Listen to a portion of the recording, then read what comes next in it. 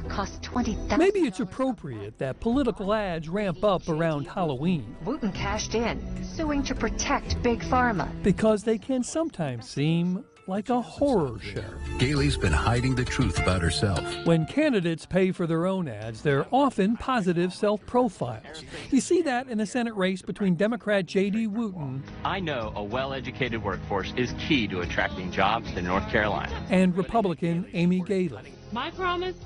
No one will work harder. But when political action committees start pouring money into a race, it usually gets ugly.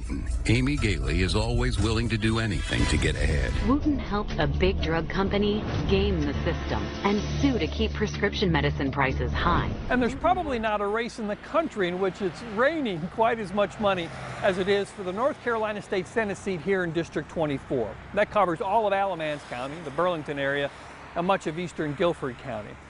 But you know, being a state senator is a part-time job, pays less than $14,000 a year. So just take a guess at how much money the candidates in this race are spending to win it. Our research shows at least $7.5 million spent by or on the behalf of Democrat J.D. Wooten and Republican Amy Gailey. What's going on with all the money in this race? I mean, it's startling. When you think about it, it's a district of, 225,000 people? How much is that per person? The district actually has 143,000 people old enough to vote, so that's more than $52 per voter. People spend the money because they have it, because they want to get every little bit of advantage. Because what you win by a small margin can be huge. You know, anyone can see, man, the money spent on this race. What the heck is going on?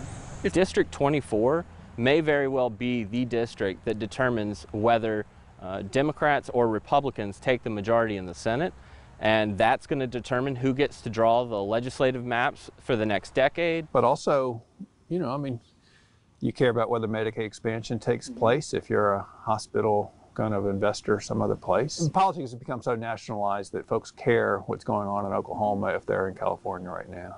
In the 10 elections over the last 20 years, spending averaged just more than $180,000, except in 2000, 2008, 2010, and this year, when it averages more than $2.5 million.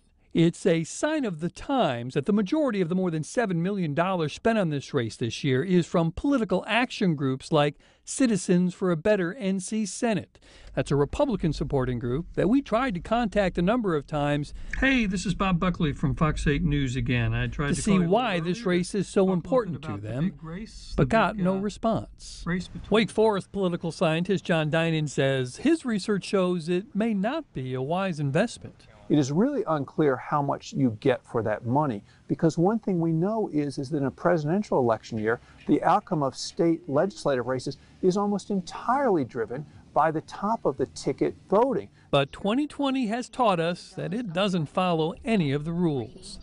Bob Buckley, Fox 8 News.